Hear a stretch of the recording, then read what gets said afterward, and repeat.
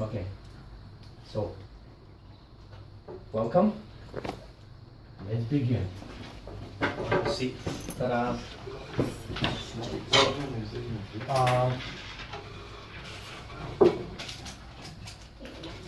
Thank you all for being here. And just before I start, I want to tell you that to encourage you to record notes of ideas, questions, opinions that you have, because after the presentation you're going to have the opportunity to express it, to share, to speak, and to ask me questions. So I'm going to give out a book which I read a year ago. It is about confidence. I'm going to pass it here so you can check it. In the library. Yeah, it's from the library. You can't take it from me. Okay.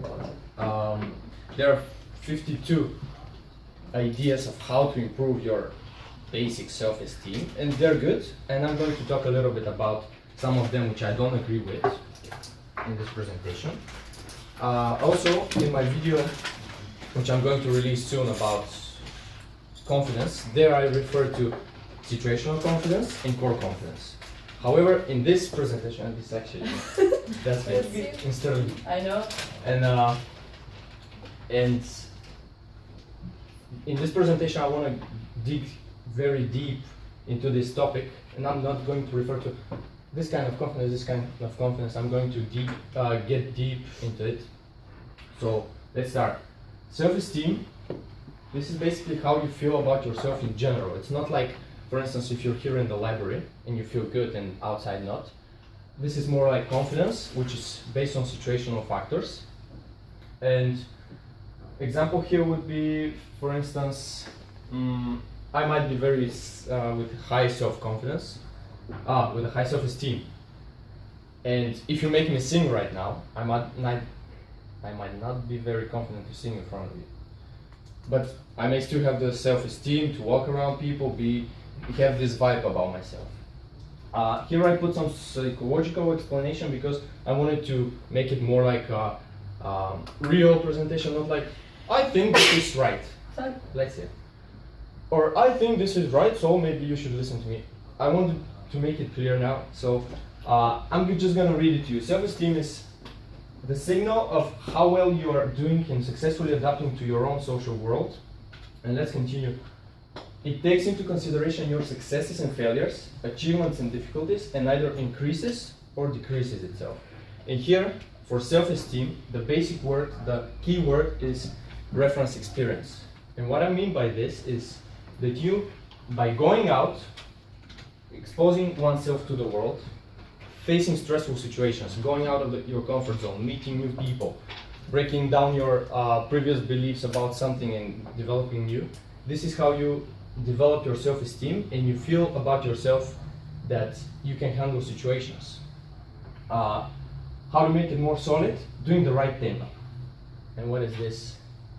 Last time we spoke about values. And we saw that everyone has different value systems, different values. So doing the right thing, for instance, if I tell you, so the right thing is to do this, that might not work for you. So doing the right thing for you, this is why I put it here. So doing the right thing for you, doing what would be good for you to increase it. Okay, confidence, this is very important and easy to build it. I wanted to tell you how to build it at the end, but I was like, no, let's just put it in the first slide. It's very easy, just get good at what you do. You practice, for instance, if you want to be good at presenting, you practice, go and present, and you're going to get much better. Confidence comes from competence. I don't know who said that, but it's general knowledge. But you should be very careful here with the confidence, because many people think they have self-esteem, but they actually have confidence in a particular situation. They're confident, for instance, I'm going to give you an example. Me and Sharian, where we met actually, we were in the society that fight with swords. This guy fight with swords and stuff. And there, when I went there, I saw one guy. He was standing on the wall like this, looking at us like that. And you can tell there's something not natural in him. And when he was made to show us how to fight with swords, and he had this walk, He was looking at us like this. And you may say, okay, this is like the James Bond thing type of guy. But I saw the same guy. Outside of uni, and I went to talk to him for a purpose. And I went and I stopped him and I was like talking to him, and I could see his position was like this. He was tense. His eyes were looking around. He didn't know like what is happening in this situation. For instance, and this is like comparison. I'm gonna talk about comparison in the next slide. But just to quickly, you probably read this. When you increase your self-esteem, your confidence rises, and in the other side, when your confidence rises, the other follows. Comparison. This is not me, but maybe soon. So when you compare yourself, you may feel better or worse for yourself. And this is what happens naturally. It's not like you're bad because you compare. There are two types of comparison: downward social comparison, where you compare yourself to someone who is worse than you. For instance, some bum on the street, and you're like, don't go. And the other one, upward, the same but the opposite. So, example here would be myself going to the changing room in the gym. And because I've been there for a year and a half, I'm like, yeah. And I see some new guys and I'm like, yeah, oh yeah. And then I get into the gym and this guy's there. Look at him. How do you feel? How do you think I feel? My confidence goes down immediately. I'm like, oh, this guy again, no.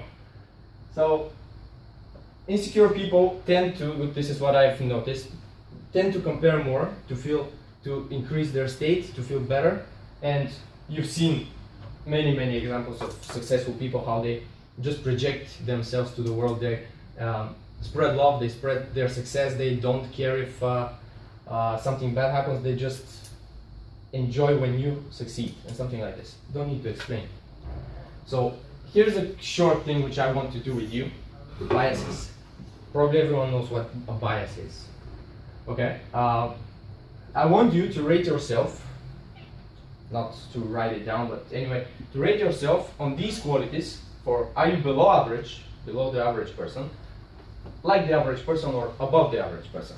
So I'm gonna start reading this. Social sensitivity. Okay. Honesty. Hardworking. Are you more hardworking than the other people? Leadership. Courageousness. Are you more courageous of deciding what you want, of how you decide things about yourself? Self-awareness. This is what Prahar is going to talk about in our next session. Kindness. Are you more kind than other people? And athletic skills. So I'll take some time to read, just to think about it. Stick your hand up if you have the same or more above average than average. Stick your hand up if you have it. Did you? More above average. Yeah, if you have more above average or equal to average than the other. You? Okay. This is not bad. It's not good as well. It's just natural. This is what your brain does to you. This is called the Lake-Wobegon effect, or I don't know how to pronounce it, but I think that's it. So there is a study done in 1976 of 1 million high school students, and look at this. 89% of them, they said they're above average of getting along with others. So 1 million people, you see, it's like these were the coolest kids. And you see the other. It is called self-enhancing bias. This is not, as I said, it's not bad. It's just natural. Your brain does it naturally to make you feel better about yourself. It's like the comparison, but in a more subtle level. It is how your brain. My hypothesis for this bias is that your brain correlates low self-esteem with pain, with negative emotions, and high self-esteem with good emotion. So it naturally wants you to feel good, to release dopamine, to make you feel good. So it does this without you knowing, and you're not conscious when you compare yourself, but everybody does. Well, like to a different extent, but everybody does it. This thing particularly is like the best thing you're gonna hit.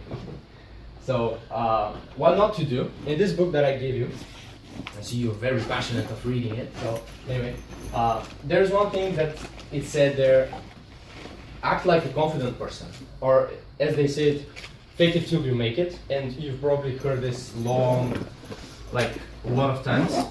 I think this is not right. I think this is wrong, and don't listen to me. Find it for yourself. But I will explain why do I think this. Because when you have someone to emulate, you think you are somebody, you have this confidence about yourself, and people give you props for it. For instance, if you do something good and you're like, yeah, I'm like my coach, yeah, and people give you props for it, your identity starts creating ego around the identity itself. So you have this biased identity that, okay, if I act like my coach, as I said, I'm going to receive props from other people, I'm gonna feel better, and okay, I'm gonna do it more and more and more. And this is like not authentic to you. And if you're authentic, you feel like, oh, these people are judging me and I have to be this guy. I have to act like somebody else, like James Bond, to be cool. And this is why I think this is very bad. And in the same situation which I said, the guy from the Swords Society, in the particular situation where he is with his swords around him, and he's like, yeah, I can kick your ass with my sword and stuff. He has this ego, like, yeah, I'm cool, and outside of it, no self-esteem, and he's like scared. Okay. Next thing is settle in a comfortable, repetitive environment, which gives you situational confidence. I already spoke about this. No need to explain here. Affirmations. I try to affirm some, affirmation. Do you know what affirmation is? Repeating like, every day I'm getting better and better. Every day I'm getting better and better. And this for 5 or 10 minutes. When you get up, when you go to sleep. I tried this for a long time. It doesn't work for me. This is why I put some question marks here. I'm not sure, so you can try it for yourself if you want. It is in the book, so you can try it. Oh, very important, self-awareness. Yeah, you're gonna talk about it. Okay. Body language, there's a lot of studies in social psychology which show that if you're like in this position, you start shaping your mood, your confidence in a different way. So, but I haven't put it here because this is the thing you need right now. It starts with mindset. Last time on the discussion, I also spoke about this thing. Accept where you are and build on it instead of waiting to achieve something to feel confident or to feel happy. So by having this, by accepting where you are, this is self-acceptance, you're basically ignoring this part, which is trying to be like somebody. This is your authentic self. So when you have this jot down, authenticity, here, you challenge it. You challenge it with different situations, different environments, and it starts to melt down the bullshit around it, and there's this pure, authentic, highly self-esteemed person that you become. So, and the next thing, when you have these two concepts down, authenticity and working towards something, you channel it by having a clear vision, having goals, having motivation, determination, and going towards it. And you will see how your performance in any area in life starts to get better. You feel better about yourself. People around you start seeing this, and they start to feel that you're more valuable. They start to want you more in their lives. You start to getting with ease with yourself, achieve your goals, and this creates the upward spiral where it constantly increases, and it creates the momentum of increasing itself even more. So, as I said here, it's the essence of personal development, and this is what we do here. But in order for this highly self-esteemed personality to come to place, you should take massive action. And as I said here, when is the best time to do it? Right now. Okay. This is it. Thanks very much. This is me, yeah. Questions, comments? Now it's open. You can go for it. And feedback at the end. So valued feedback. We've got some feedback forms here, but Not enough? Yes, because you didn't have enough money. Where are my money? Discount. An So- open discussion would be better anyway. Yeah. Yes, I can just pass them around. Just write your name at the top, and then you give it to your peer next I was to gonna you ask, because it's Or just a two-sided. second, if you prefer to talk to me, I'll be much more happy to actually hear what you think about what you saw here. So questions. You mentioned the body language. Can you learn that somehow to be perceived as more Yeah, confident? yeah. I tried it, but I think again, if we go back to this point, you try to make something which is not your natural you, and Well, you have to start somewhere, right? yeah, you start but with these, not with these. I think. Well, it's just my suggestion. So I tried the body language thing, and I was constantly open your position.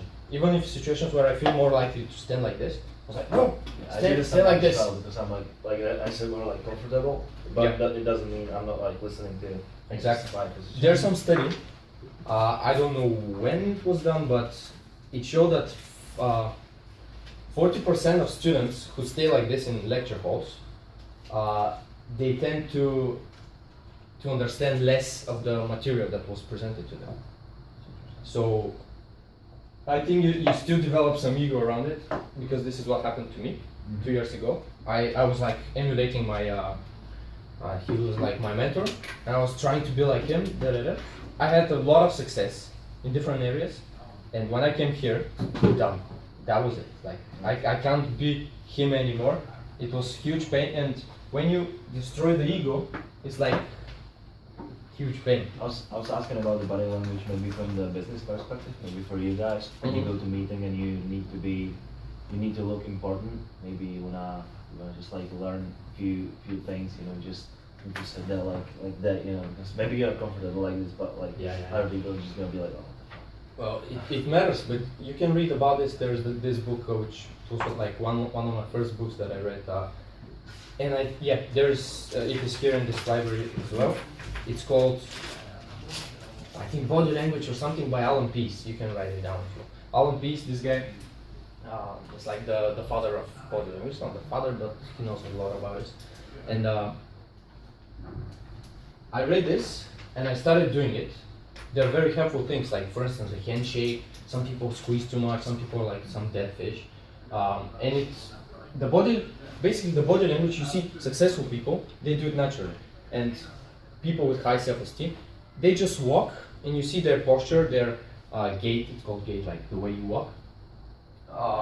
You can see it how they actually walk, and you feel the vibe of this is confident, this is good. And some people who try to act like this guy, totally like this. You can see it's uncalibrated.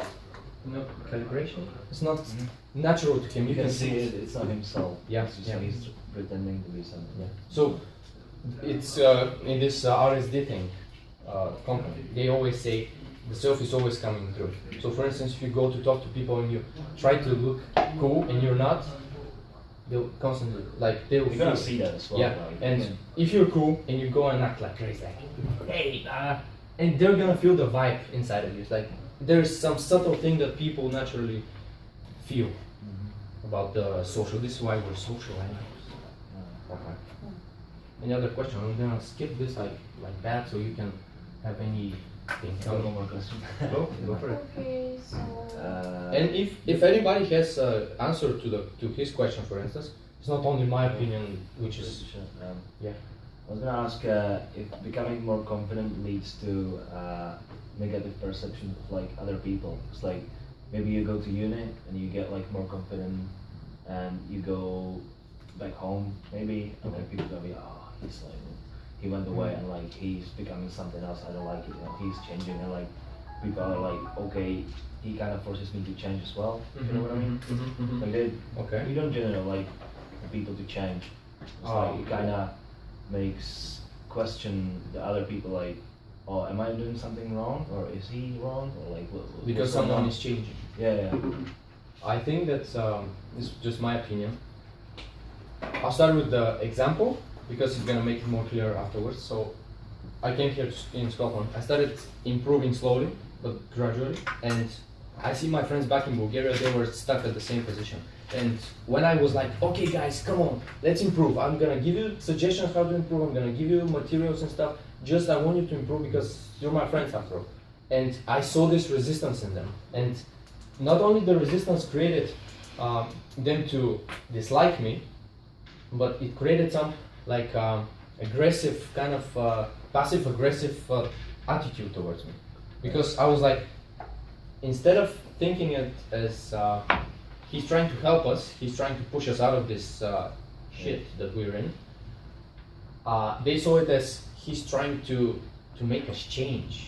He's trying to do something to us. Or he's just trying to say that he's something else than us, like something more. Exactly. Maybe they Even saw though me you as like, grew up in the same place or whatever. I think they see it as like you're trying to impose your new goals on them, whereas for them to have these same goals and to want to change and do everything you want them to do because you want to do this because you came here, and that like getting out of your comfort zone makes you want to like discover new things because you're already in a new place. You have no other choice, and that's how you get like slowly getting better because you start off feeling really lonely and really out of place here, but you have no choice but to get better. Yeah. And then you see how beneficial this is, and that's why you want to do it. But they haven't had this experience. exactly. I have the same issue with my mates, and this is what I've That's come for to sure. understand from everything I can see. Because I'm not trying like I'm trying subtly to do this, but if I try and impose my new goals and like everything, because they're not really my new goals. It's not that big of a change